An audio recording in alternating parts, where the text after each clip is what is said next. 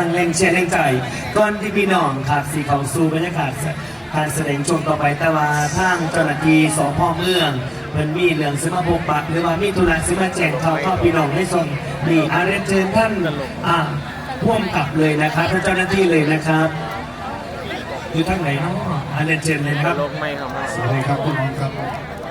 นะครับผมในนามตัวแทนของสพ.รังเกียจนะครับเมื่อนี้ได้นำกำลังมาทั้งหมด30 นายนะครับของท่านเจ้าหน้าที่ผู้นำหมู่บ้านชลบนะครับมาให้ความดูแลความปลอดภัยให้พี่น้องนะครับเดี๋ยวนี้นะครับได้เกิดเหตุการณ์นะครับเนี่ยพอดีนะครับวัยรุ่นนะครับกำลังบุญไหว้กันเลยอยู่ตรงข้างหน้าซึ่งเจ้าหน้าที่นะครับพอดีดูแลอยากให้ดีก็เลยปรึกษากันแล้วนะครับว่าให้ยุติการแสดงนะครับขอให้พี่น้องเดินทางกลับบ้านโดยสวัสดิภาพขอบคุณครับเดี๋ยวโอ้ยแต่ว่านายผัวตำรวจกูเทไปคุ้มงานด้วยสายการสีสร้างเลยก็หันที่บางปอดเอาเส้นเรื่องตัวที่ข้านคุ้มเนาะคือนั่นนะสิมาที่ข้านคุ้มจังไหนให้เกียรติท่านเจ้าเนี่ยให้เกียรติได้ยังหัวหลอนช่วยเล่ามาแต่มาว้ายปาตาลอยกูน่ะเอากันแล้วก็รู้ไหวเรื่องก็ได้หมดเอ้ยสิมาเลิกกันไหนเนาะมันจะได้มีเหตุการณ์ทั้งคู่แม่เอากำลังบุญไหว้กันเลยไม่รุนตีกันตัวนี้ผู้ใช้รุ่งกันที่คนนี้หัวมากันโอ้ยมาคัดกันซื้อกันจีสร้างเลยเอามันไก่สิวันย่ำจะมันหยาดตัวแม่กันดีนะให้แกที่พออีเมลเฮาเนี่ยฝนตกใช้ศาสตร์พูดก็นั่งหีเปียกหีเมียกเมื่อไรโอ้ได้ช่างไงก็มาจีเมียกก็ศาสตร์เปียกเหมือนเอารวดเนาะเขาเป็นเจ้าหน้าที่ตำรวจเขาต้องเห็นงานตามหน้าที่ต้องคุณผีผัวขาเห็นงานตามเงินว่างานหน่อยจะคุ้มข้าวเดียวเอาคือว่าจังสันเงินซ้ำนี่เอา4-5 ทุ่มเราพ่อเลยเอาบ่ได้เขาต้องเห็นงานตามหน้าที่เจ้าที่เขามาจักเชียบอไม่อย่างวะเขาว่านี่แหละเนาะชีวิตพลตำรวจลูกน้องหมวดเงินเดือนน้อยขัดสนหนาแต่ละวันต้องอาศัยดูรถลาขับไปช้าช่างหัวมันปรับทันทีงานหมอลำไข้ไข่ไปคำขับเป็นงานวัดต้องเปิดงานก่อนฉลองดึกมาคนฆ่ากันเลือดไหลนองเงินใส่ซองไม่พอสั่งเลิกเลย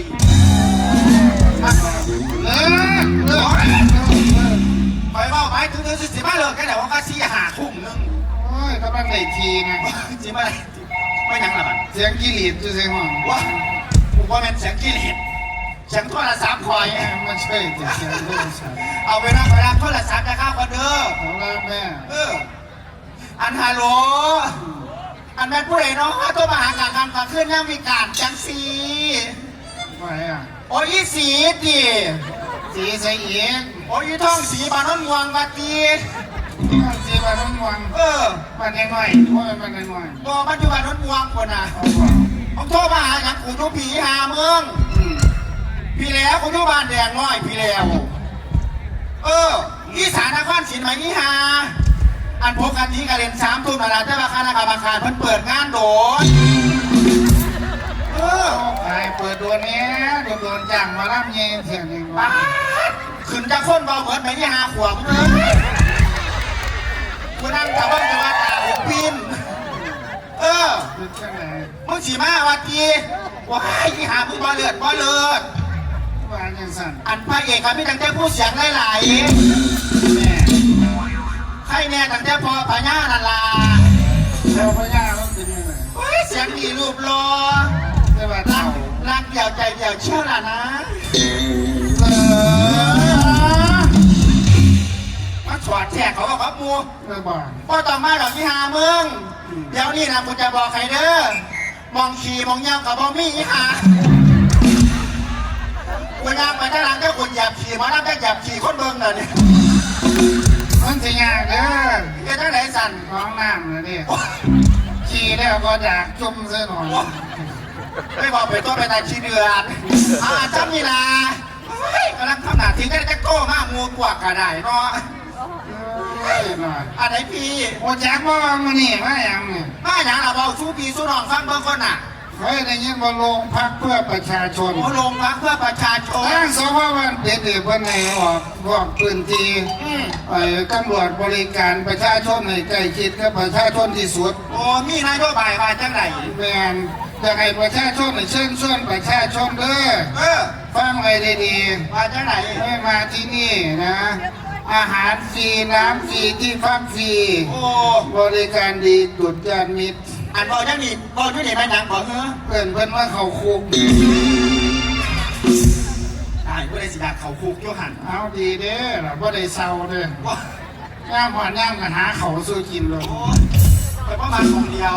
ไม่หยัง ทั้งนอนทั้งฉี่ใช้ขันนะนะ มาไปแย่มาหยังก็มา ไว้ เล เดิ ย นทางไม่มีลา มา ทำไมมาปลอมย่างเร็วๆนี่เป็นหยังสอพ่อมันเป็นแต่ว่ามันปลอมมันใจมันสนานนี่บ่ฉันอย่างสิไหนเองแต่เราว่าตัวอย่างเบิ่งเรียกมันบ่ทันนี่มันหยังไปหาเบิ่งหมอลำบ้านนี่บ่ทันไปโกงผ่านหมอลำเติมเต้ยมึงไปเขียวพ่อเขียวแม่มึงอย่างนี้เขาเตยไปฉากอย่างดูเอาคนมันมากมวนแหมบางคนมาเปิดเพลงฟังอยู่บ้านผู้เดียวมันสนานเต้ยกระลัดแปะเต้ยลูกพี่เต้ยเร็วมาเป็นเพลงมาทันงับว่าฉันกูมาทักมันแห้งเลยจะใครกูว่าเอากระมันซาบักสดานเนี่ยมึงก็บอกมาอังสิป่ะไปยังมึงมาหากูมึงเล่นหาน้ำกูหาแม่มึงยังเหรอเอามึงฉีกกูหาพ่อมึงติดอะไรเนี่ยไม่ฉีกมึงเหรอจีบที่โอ้ยว่าสั่งอีหยังที่แดกเรามาไปด่ามาสั่นแดกก็เราเข้าก็แดกเดิมมากสั่นแดกก็เพราะเขามากอดบอกดีๆนะเมื่อคืนมึงก็ห้องมีแห้งแล้วกูอยู่ห้องอีหยังพี่ขาอยู่เอาอันกูห้องพี่ขานั่นจีเอามึงฉีดถึงขาพับกูมากอดกูห้องพี่ขาสัตว์ตัวกูก็เลี้ยวไปหนังเลี้ยวกูก็เลี้ยวสนานเศร้าเมื่อก่อนนี่กูมนเขามุ่งมึงอยู่อ่ะเอาเขามุ่งใส่เดี๋ยวนี้มุ่งเขาเหี่ยวมุ่งฟังขวดเลยกูแบบสนานเอ้ยกูนอนอยู่มุ่งฟังใส่เพี้ยฟังขวดนั่นมุ่งแม่กูจะได้มาปอดมาได้แน่มันร้อนสากให้เขาจะได้มาสนานเนี่ยโอ้ยจะเป็นมาชัวร์จะเป็นมาชัวร์มึงแกอะไรสิมึงเก่งวะโอ้กูเป็นผัวมึงแล้วมึงเป็นลูกมึงเลยกระซังกูว่าสนมากไอ้ดูดเพราะกูที่ว่าเป็นลูกกูบ้าจิ้วเนี่ย สวัสดีครับแม่ โอ้ยแม่ก็เลยเมียมึงก็ผีบักขาว เอาทางใต้เพิ่น เป็นพญาเป็นสันนี่คุณตำรวจตอบว่ามันเปลี่ยนสันติป่ามันอยากไปเอาใบยามันเดี๋ยวนี้คนที่เส้นยา เป็นหางจัง10 บาท มันเป็นว่ามันขัดแย้งเสียกันยังมาคุณตำรวจมันชี้แจงแต่เราว่าแต่ยานี่นะไอ้มันหนีเราก็สะอาดเนี่ยโคตรสัตว์ ที่แจกเราเป็นหยังที่แจกเราสิ แต่มันเป็นว่าน้ำขัดแย้งเสียคุณตำรวจเอ้ยแต่งงานกันมา2 ปี 3 ปีเลยนะว่าฉี่ขัดแย้งเสียลูกไม่พอกันแต่สิแม่ลูกมันโง่โอ้ มานักตำรวจโอ้ยเขาพิมพ์มาไหนก็ดอกกระเดียแท้ คุณตำรวจฉันนี่พออยากเอาฉันนี่พออยากมา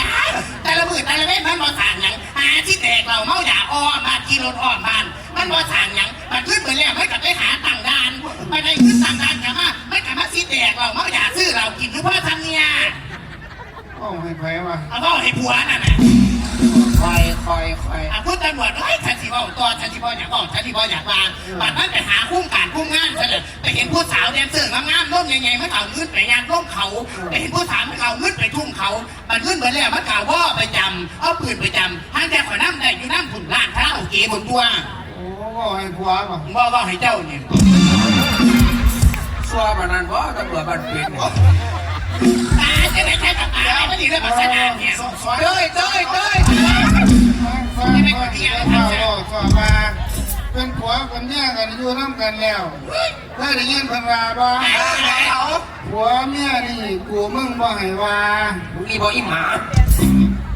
โอ้ยมีแต่ข่อยและเจ้าตนเท่าสัวชีวะ ชื่อไอ้บักอา โอ้ย มึงละมามึงละมามึงละมามึงละมามึงละมามึงละมามึงละมามึงละมา โอ้ยเจ๊โอ้ยเดี๋ยวไปเดียวน้ำพันสาดสิเด้อ ป๋าเป็นพยานจะ แก้ ได้ เฝ้า เป็นพยา ปลาน สัวชีเอากันแน่มันบ่เป็นเรื่องง่าย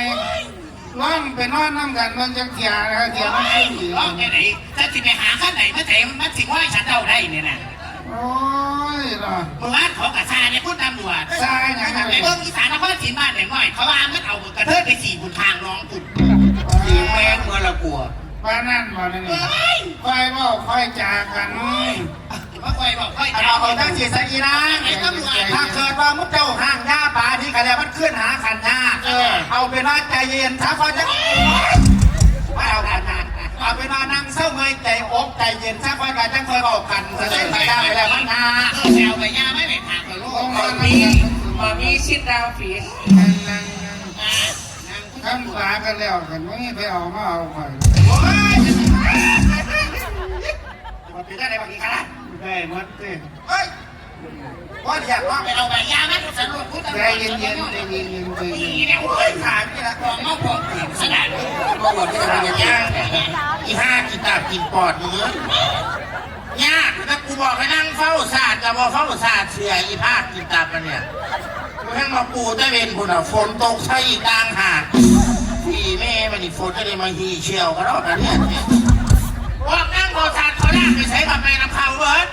กูว่าจะความไปในเรื่องเด็กน้อยเขาพาเขาป้าเขาลงกับแม่น้ำเขากูที่ไปแจ้งความเมื่อนี่แหละ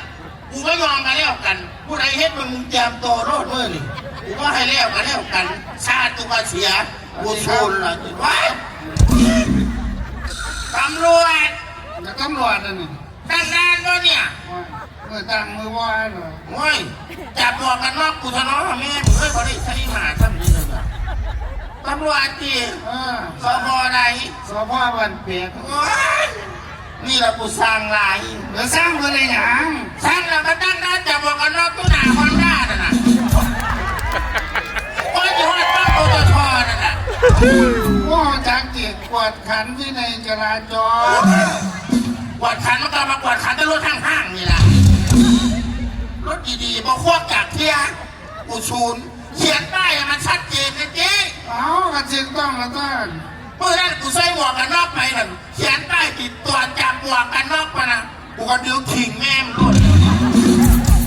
โอ้ยเรื่องกระจับมาตัวจะว่าไม่หมวกกันนองใส่ไหม เจ้าเขียนป้ายมาถึงเนาะ เสียงเขียนไว้จังไหน ตัวจับคนไม่ใส่หมวกกันน็อกคือมาหาจังซี่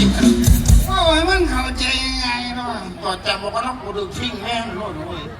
ย่านจับไอ้ มานี่ว่าจับเดี๋ยวเจ้ามีเลี้ยงนี่อย่างว่าสู้ฟัง โอ้ยตำรวจเอ้ยฉันจะไปแจ้งความนี่แหละ เลี้ยงมาเลยเดี๋ยวตำรวจตัวนี้ เมื่อนั้นฉันไปฟังรำละมูไปปูชาฟังรำดนตรีขึ้นเพิ่มขึ้นโอ้ย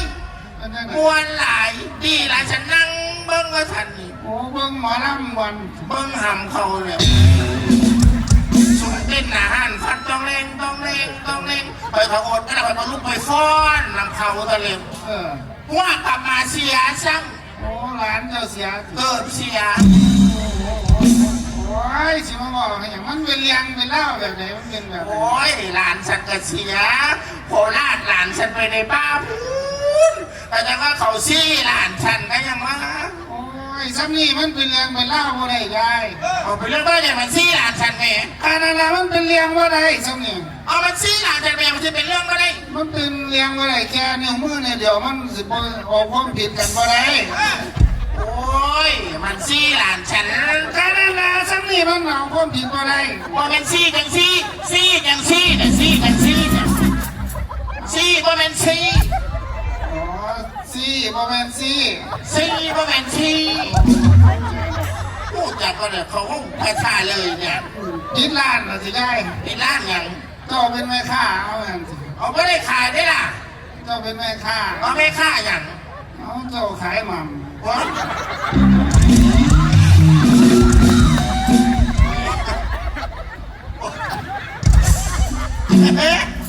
โอ้ยบ่เป็นมัน ทางนึงก็สิห่อละ10ทางนึงก็ห่อละ20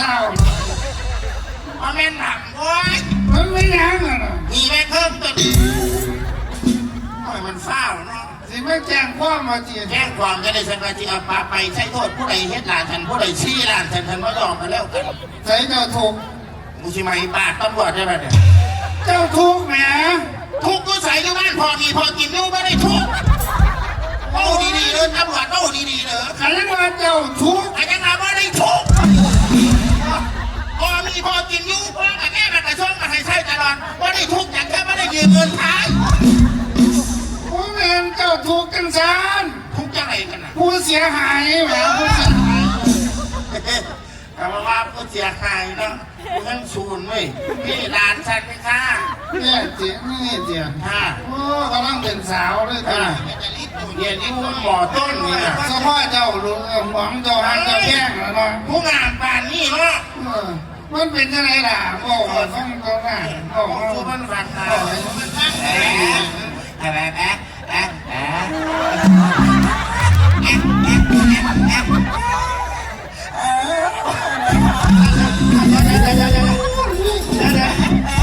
อันไม่ไงมันคือว่าจังสันมันเป็นไม้เนาะไอ้ตั้งแต่ไปแค่ที่พ่อกับลูกเลี้ยงมันเนี่ยเอามูเจ้าลูกเลี้ยงจีโอ้ยสันดูมันไปน้อยจนนี่สันลูกเบิร์ด เอาจังสิไอ้มันสื่อสารอธิบายสื่อสารแล้วจบแก โอ้ยเลย มันเป็นยังไงเรียงเล่าตอนอันดับแรกเลยที่แรกเลย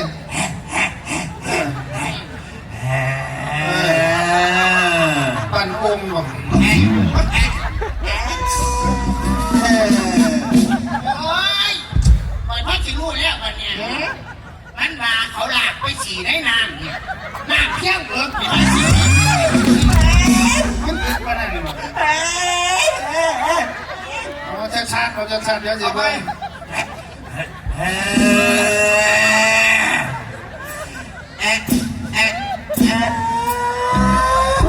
สนี่มันแก่งกว้างมาได้ เป็นยัง มันสมยอมทั้งสองฝ่าย ชงยอมแบบเลยว่าดีๆเลย อ้าวมันเป็นการข่มขืนมันเป็นที่แห้งน้ำกันดิ มีแห้งแค่ไหน ก็ไม่แห้งมันสิคันน้มอยู่ก่อน โอ้ยมันไม่ได้ขั้นผมจะขวางมาเทนจังซี่เนี่ย อันนี้ลูกนักสันฐานเนี่ยของที่พามันไปเนี่ยอันสูงสันนี้ โอ้โหสนี่ ไอ้ผู้ดำๆสันทีอ่ะ ตายไป เอาไปเอาไป เนี่ย บักแดง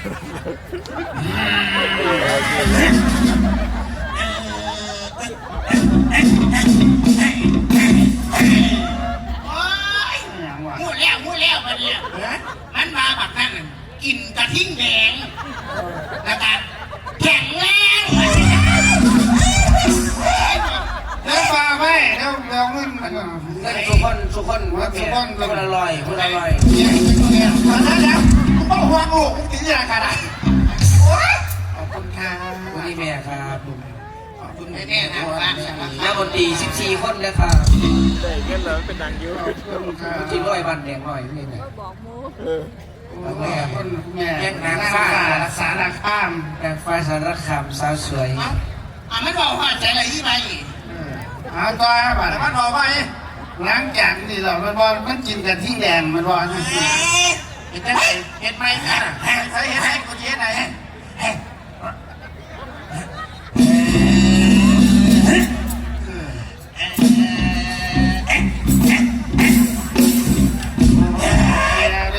โอ้ยใจเป็นพากันปึกเนาะอันมาเล่านี่นะไปทอดแล้วถอดชงออกถอดโจกันเราคุยสันกี้นี่ก็ทำพี่ ต่อไป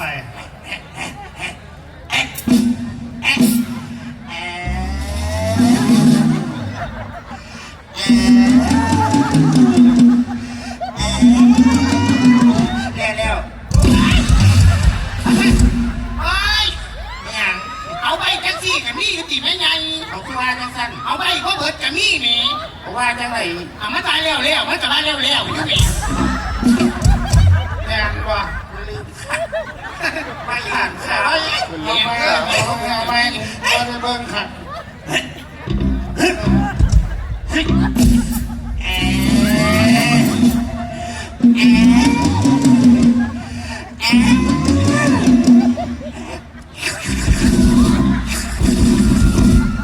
โอ้ยพูดแล้วมันเนี่ยมันมาเนี่ยไปโยกหน้ามาดานเนี่ยแล้วก็ไม่กินไอติมแล้ว เรียกว่า ว่าก็ถึง ไม่หยัง โอ้ย เศร้าแก่ได้แก่ไปได้พอถือกัน ข้าอะไรก็ได้เป็นมันเป๋เว้ย มันว่าถือก็ยังมา แบบไหนแบบไหน มันบอกว่าแต่ถอดส่งบอกแล้วนึกแล้วมามันก็เลยจับไว้จับไว้เนี่ย จับหาง จับไว้เนี่ย จับหาง จับนั่นแหละ บอกว่ามันจับนี่ จับอันนั้น นี่หยัง โอ้ยจับคอยนะกูชูนเว้ยจับแล้วก็แโอ้ยมันเป็นไม้เจ้าไม่ได้เป็นไม้แหวน ฉันลืมข่าวเมื่อไหร่ขึ้นมันก็จับขึ้นจับลงเนี่ยจับที่ไหนแล้วก็ โอ้แบ่งฟัน บ่ แบ่ง บ่ ไม่อยากกับ ผ ผม ม ฟั กิ น นวงบ่ครับ ผมอยาก ผมกูเขาวงคอยอ้างกูสั่งตำรวจเลยเนี่ย เอาเนี่ยเข้าใจแล้วก็ว่าเนี่ยจุดเกิดเหตุคือจะจุดเกิดเหตุ จุดเกิดเหตุอยู่ในบ้านเหรอ คนไหนหมายเขามาจังสันเขาเหตุมันอยู่ฝั่งไหน โอ้ ฝั่งไหน เห็นไหม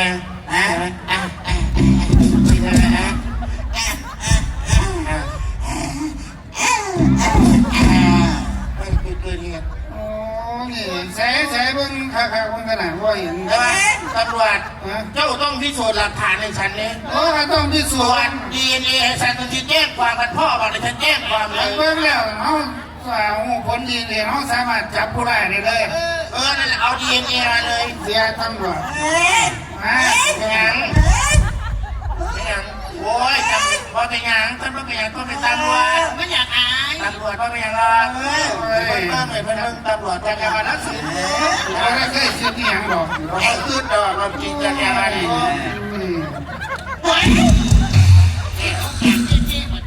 น้ำผานมันเพียง สกปรก กับผมสั้นนี้ มองนี่สิ พิสูจน์หลักฐานในฉัน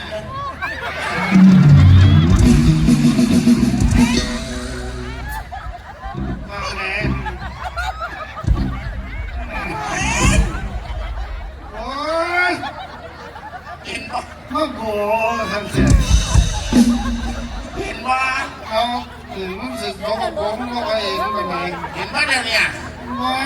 ตาไม่ค่อยดี เมื่อชัดจีเดียวเนี่ย มองไหนฮะโอ้ยใจฟังขวาง เป็นอย่างยังมึงไกลๆ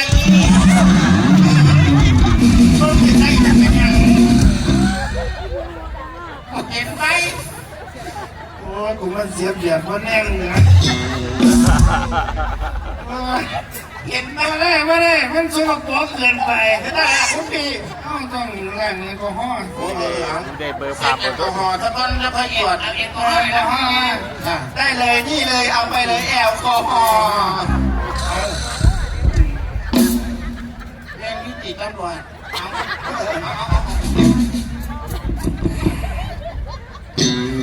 นี่มันย่อมวะ โอ้ยเอามาล้างพี่ไม่ได้เอาไปเช็ดเองอุ้ย เราล้างสักวันนะ ล้างแล้วก็สะอาดสักวันผู้เรียนอีก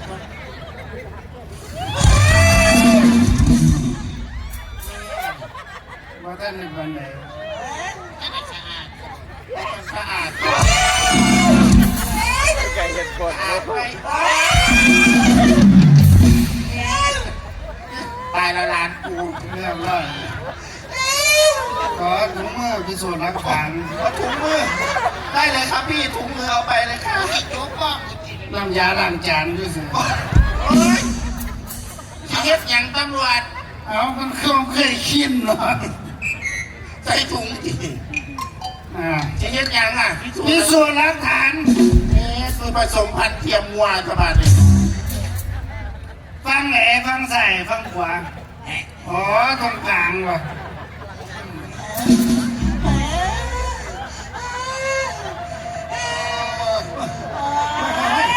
เดี๋ยวเฮ้ยเก็บกีฬาตำรวจเข้าพันชาวบ้านหลานฉันเก็บชาวบ้านเจ้า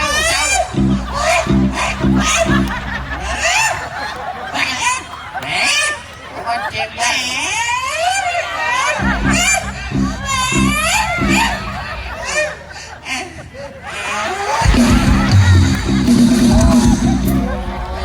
โอ้ยผักเลยเดี๋ยวมันหนักขึ้น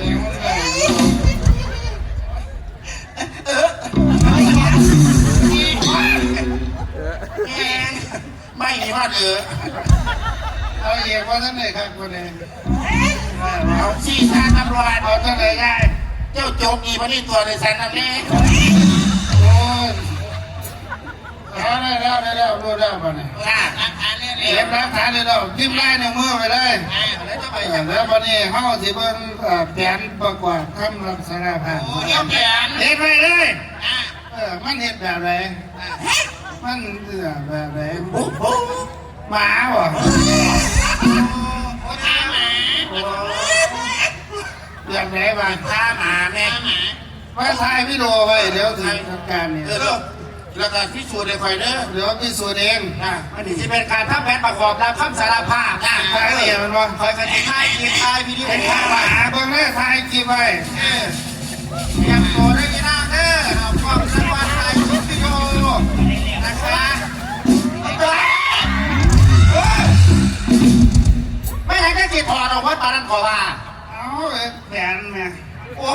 ยเห็นแผลการจิตถอดเมื่อถอดคัดถอดแน่เห็นว่าเห็นเทียบทั้งสี่กูเข่าหวงของกูอยู่เด้อ แม่เมียคอยหวัง เอาอยู่ที่ไหนเลยตำรวจเอาพูด เจ้าไม่เห็นแท้เลยยาย เอาเป็นว่าที่ฉันเป็นไม่ยิงฉันเด้าเพราะเป็น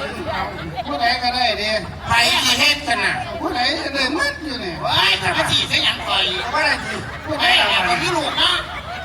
เอาไปกัน โอ้นี่ผู้ดีนะผู้ดีนะ ขนาดเอ้ยบางทีหน้าสายไงแผนเนี่ยมันอย่างไม่มาสีดาวถึงมาเลยน้องก้อยขนาดไหนเนาะ นี่ล่ะนี่จิตอาสาทำงานเพื่อชุมชน ของซอฟเชลนี่สิ นี่นะ ไม่เอาไม่ไปพวกแต่ไม่อยู่กับใครมากับว่าฉี่ไปยักเดีย นี่ลูกยักษ์ประท่านนุ่มสาวเดี๋ยวม่องมาเนี่ย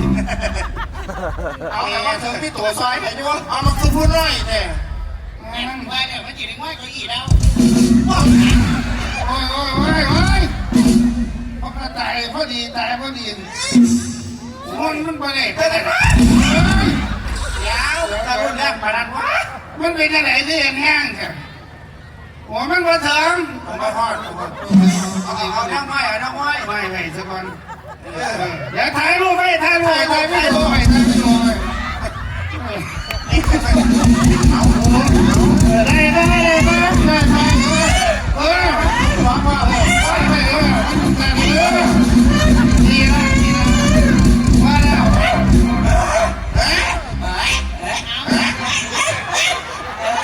บอกนี่สิเซ่ไปเลย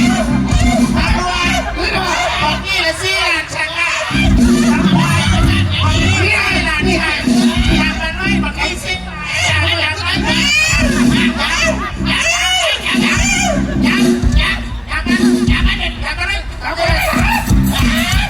ว่าสีตัวเนี่ยมันได้แดงมันเป็นรอยสีไปหัวขนาดเนี่ย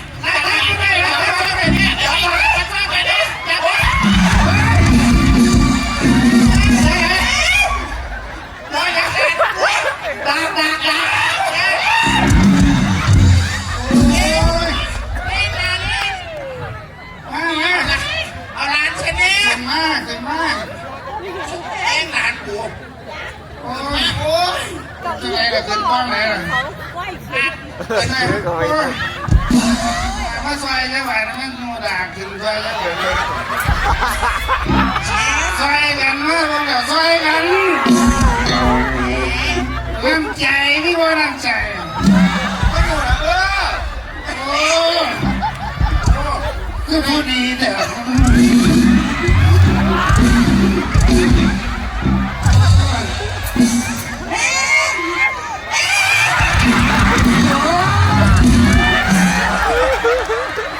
ขึ้นมาเลยแล้ว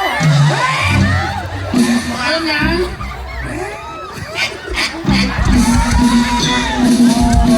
มาเขาจริงโอ้ยเพิ่งหนามันไงอีบอกเวลาลูกเพิ่งจะไหลให้ คนสินะกันมาโอ้ยได้มาขับน้องหล่อ